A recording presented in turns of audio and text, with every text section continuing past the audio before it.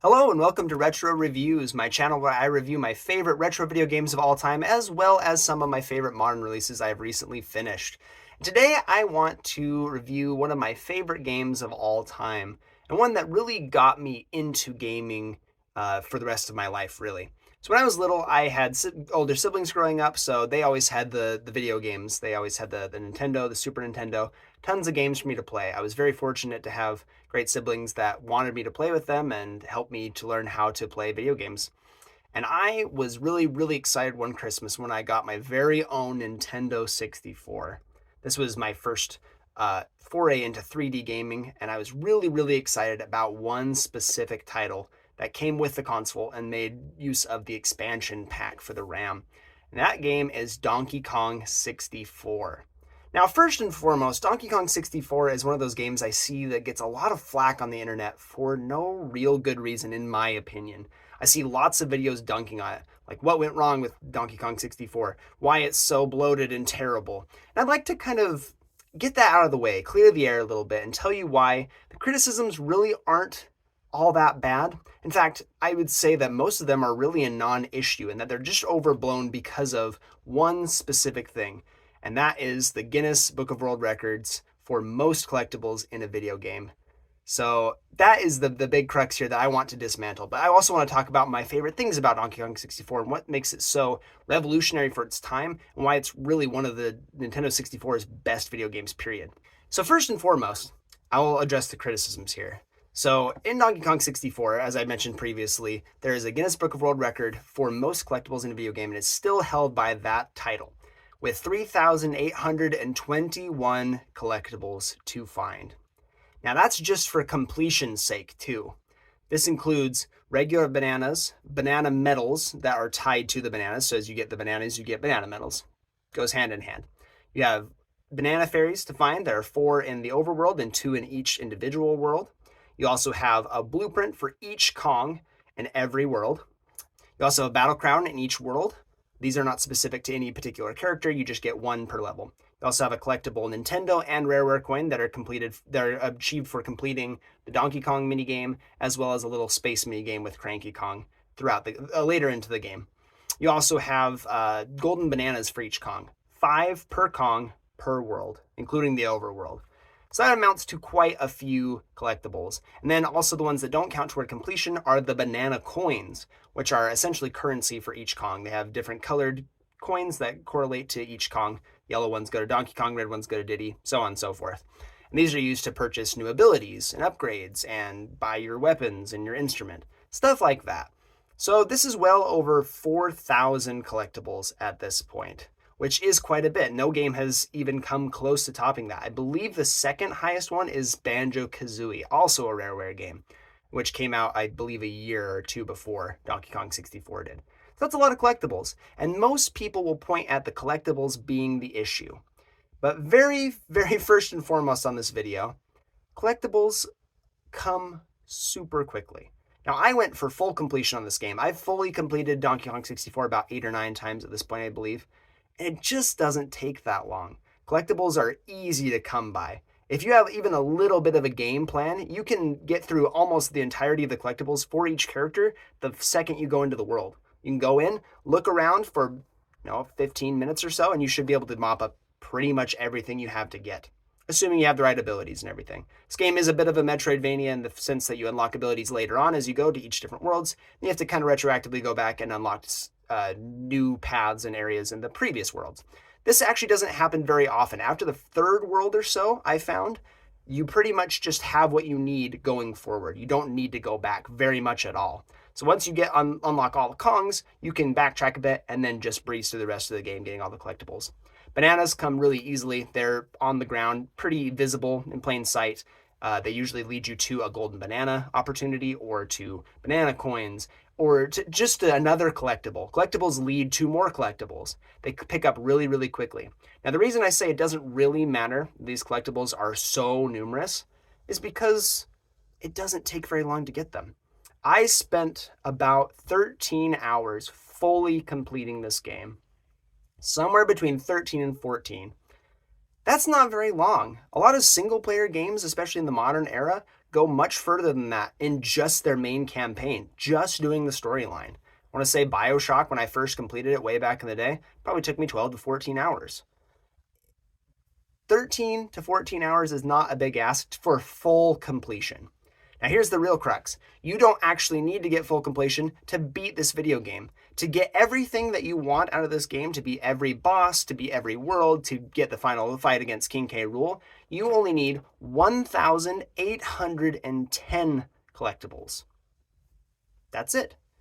And I talked about how earlier the most numerous ones are the bananas, the regular bananas for each Kong. Each Kong has 100 bananas in each world. You only need 1,680 regular bananas to beat this game outright. That's the minimum number required. Out of 1,810, that's a huge chunk. The rest come down to 100 golden bananas. I believe just one blueprint. You're going to need those 2 coins, the ones I talked about, the Nintendo and the Rareware coin. You'll also need 15 banana medals and 4 battle crowns. That's it. That's all you need minimum to beat this game and to do everything that you want. And I estimate that to do that, it'd probably take you under 10 hours to beat all of that. If you're not exploring levels to their fullest, you will easily be able to beat this game really quickly and have a great time doing it. And like I said, minimum completion is really, really easy to achieve. If you go through the level and just play it normally, just picking up stuff as they come, not exploring much, you will likely find everything you need in a first go through. You might need to explore a tiny bit to pick up some extra bananas in the later levels because it requires more to unlock the boss door. That's it. It's not that hard. So I think the criticisms levied at this game are kind of funny, honestly, to look at, since I've played the game so many different times and I've really enjoyed it every single time. It's funny to see that those are the criticisms really levied against it. Another big criticism I see that I actually agree with in some degree is the mini-game usage. Now, golden bananas come in many different varieties. They come from solving puzzles. They come from beating certain mini bosses. They also come from challenge barrels. These are little barrels that you get for each Kong that you unlock a little mini game to play. All these mini games are about 60 seconds or less and require you to do some little task in order to get the golden banana. Some are a little tedious, some are just kind of fun, some are goofy. Honestly, on the whole, I don't mind them too badly. The criticism comes in the repetition. You will see the same mini game reused later on in the game. However, they do get a little bit harder each time, so it does present a little bit of a challenge. It gives you a little bit more incentive to try and do them next time. But I do agree that the overuse of mini games is warranted in some degree. And there are a couple that I really despise more than anything. There's one where you have to be a claptrap directing these beavers into a little hole in the middle of the stage. And it's just broken. It does not work. It's so infuriating to play because the beavers don't respond. You have to bark at them to get them to move. And if you could send them straight to the hole in the middle of the arena and they just don't fall in, you have to get right up next to them and almost push them in. And the last version of this is so hard. The time constraint is so ridiculous. You have to get lucky. That's it. And you can try it over and over and over again. But that's the only one I really, really hate. There's a couple others that are a little more tedious. But on the whole, I don't think they're that bad. They're just a fun distraction. And like I said, if you're not going for full completion, it's no big deal. If you are going for full completion, there will be a couple that will drive you nuts. So that's the criticisms out of the way, as far as I can tell. I would like to get to what I really love about this game and what makes it so incredible, especially in its genre. So first and foremost, Donkey Kong 64 came after Banjo-Kazooie. This was another big open world style game, but this time Rare decided that they were going to do something really bold and include 5 playable characters, all unique and all very interesting. You start the game off as Donkey Kong, who finds out that his golden bananas have been stolen by King K. Rool, and he's trapped your friends in cages in these various worlds. So you go off to go and find help, to see if you can help out your friends. You go to Cranky Kong initially, who offers you a little tutorial area. You go to some tutorial challenge barrels, learn the ropes of 3D platforming, because this was Donkey Kong's first foray into 3D. I think it really did the jump very, very well. The platforming is pretty simple and easy. The mechanics work really, really well. The use of the weird Nintendo 64 controller is actually utilized very well, with mapping some of the things to holding Z down and pressing one of the directional buttons on the side. It works really, really well. It flows really nicely. And each character is very unique. You unlock different characters as you go throughout each world. You first unlock Diddy Kong in the very first world, and he's a lot more nimble than Donkey Kong is. Donkey Kong's kind of heavy and tanky. His swings are slow and deliberate, and they look like they pack a punch. Diddy is really nimble and can jump really high. If you do a double jump, he can bounce and spring really, really high. His backflip sends him really, really high too, his crouching jump. He's got more movement. He's faster. His dash attack is a somersault. You can do a lot of different things with each character that are unique to them. Their animations are really unique. Even their idle animations, if you let them just sit there, they do unique things. It's really, really cool to see that they got 5 distinct different models that do completely different things in the game. You also unlock Tiny Kong and Lanky Kong next. Tiny is much shorter. She can glide through the air after you unlock her ponytail twirl ability. That's like a little helicopter. She can glide and go for long distances. Lanky can walk on his hands and go up steep inclines and no other Kong can. Get to areas that you normally wouldn't be able to access. He also has stretchy arms for some reason that go really, really far, so he's got good ranged attack. And then you've got Chunky Kong that you unlock later on, who is my personal favorite. I love Chunky. He's a timid, almost cowardly gorilla. He's the biggest by far. He's very tanky. When he goes to attack, he like stalls out and does like a quick little jab. He's really timid, but he's really strong at the same time. He's very, very funny. And each Kong has their own unique weapon. DK's got the coconut gun, while Diddy's got the peanut popper. Tiny Kong's got the feathers. Lanky's got the grapes, and Chunky's got the pineapple gun. Really, really cool. All of them have their own instruments too. It's really unique how they programmed each character to operate similarly, but have their own animations and own kind of style that go along with everything that they do. I think it was pulled off really, really well. Playing each Kong also feels very different. Switching between Donkey Kong and Diddy Kong feels like 2 separate characters. Add in their unique abilities and their little barrels, where Donkey Kong can turn invincible for a while as long as you have the silver coconuts as your currency to use it. Diddy Kong can fly in a jetpack. Chunky Kong can turn huge, and Tiny Kong can turn tiny. And Lanky Kong goes super fast on his handstand. They also have other special abilities on their face pads that are on the ground. Lanky Kong inflates like a balloon, and Diddy Kong jumps super high with a spring on his tail. Tiny Kong warps to a different place completely. Chunky Kong can turn invisible and see invisible enemies and things. And Donkey Kong shoots off into a barrel up into the sky and does a minigame. They're really, really cool. And the more you play each character, the more you unlock for each character, the more you see the uniqueness of each character and why they're so much fun and why they're so distinct. They also have unique challenges to them, unique puzzles that only they can solve based on their unique kit. And the more you play each character, the more fun you'll have with the game. And I think exploration in this game, I actually encourage people to complete as much of the game as they possibly can, because exploration is really, really cool. Rare also created these marvelous worlds that are very unique and varied, all accompanied with a soundtrack from Grant Kirkhope, who is, one of the greatest video game music composers of all time.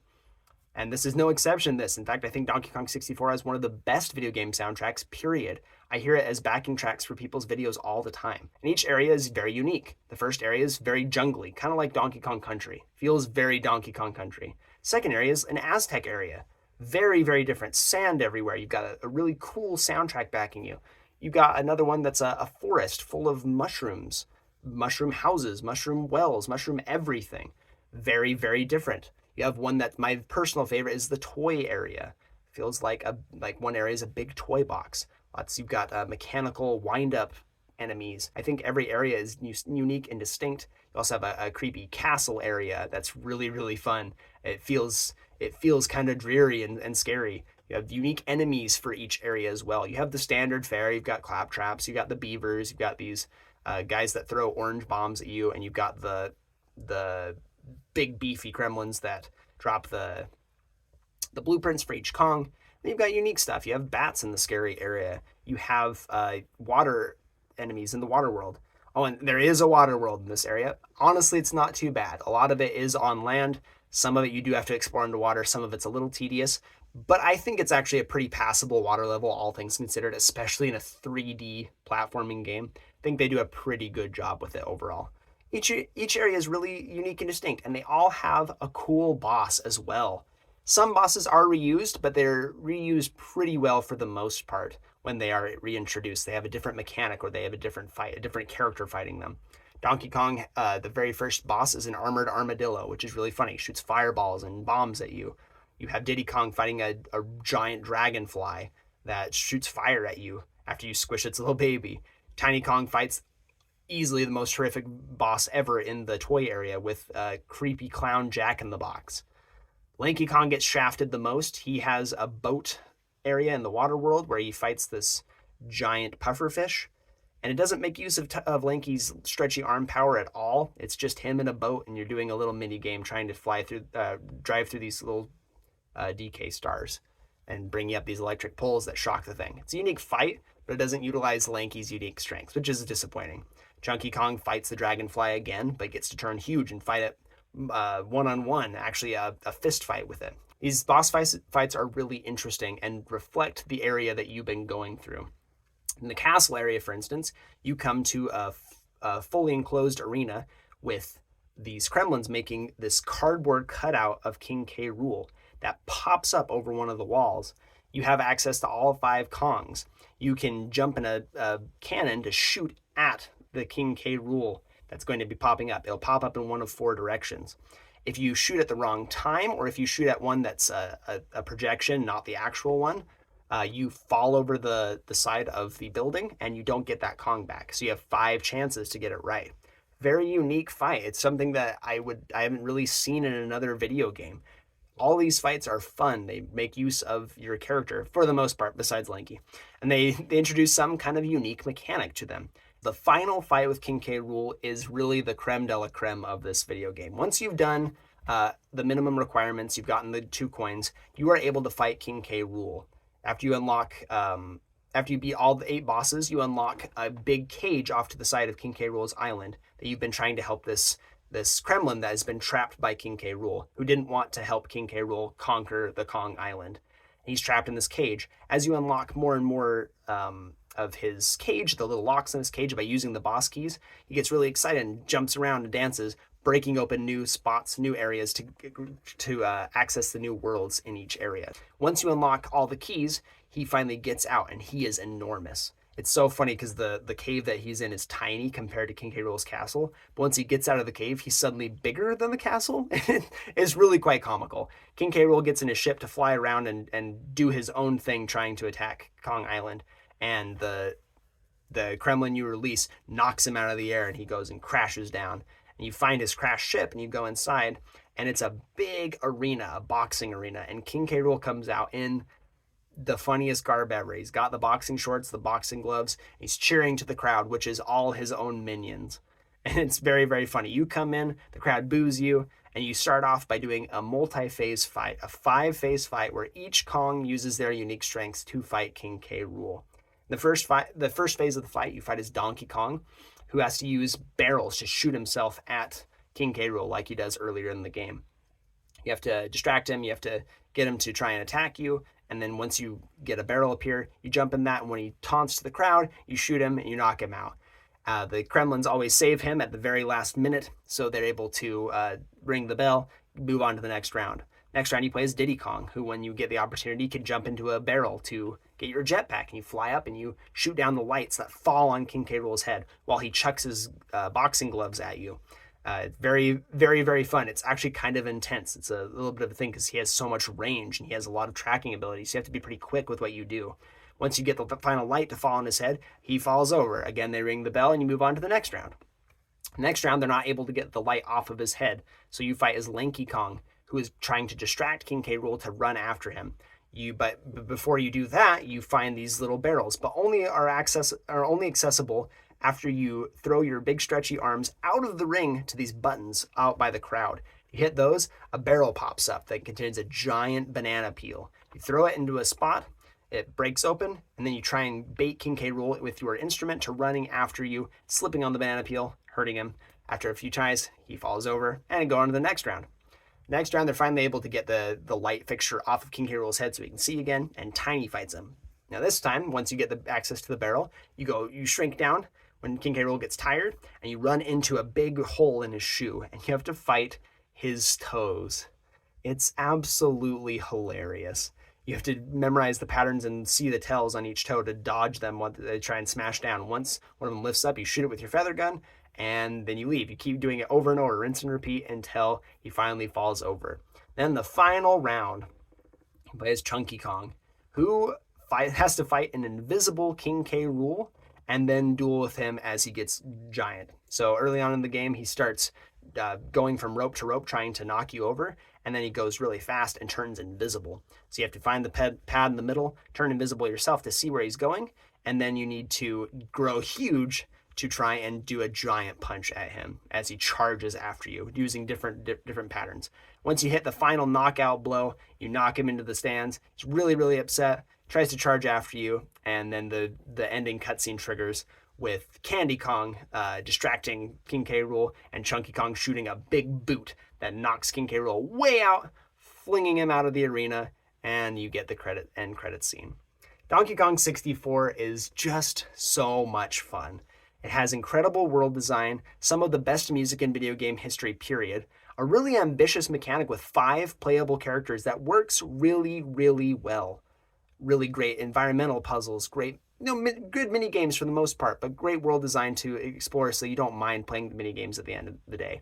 You've got lots of collectibles to find that are sometimes hidden. You've got lots of bonuses for unlocking everything in the game. It's just a really fantastic title that I don't think gets the praise that it really deserves. This was one of the first big 3D collectathons. I think that Donkey Kong 64 really popularized collectathons like Resident Evil 4 popularized QuickTime events. It did it the best and immediately killed the genre afterward because of how it was copied going forward. So Donkey Kong 64, I think, really is the height of collectathons. It does it perfectly in my eyes. And I think paired with everything else that the game does so well, I think you're missing out if you haven't played this game yet. So I really encourage you to go out and play Donkey Kong 64. I don't believe it's on Nintendo 64 Online yet. I think we're all just kind of waiting for that. I have the original copy on my Nintendo 64. So if you're able to do that, go out and play it because it's absolutely worth your time. I give Donkey Kong 64 a platinum rank for this channel. Thank you so much. That will do it for today, and I will see you on the next video.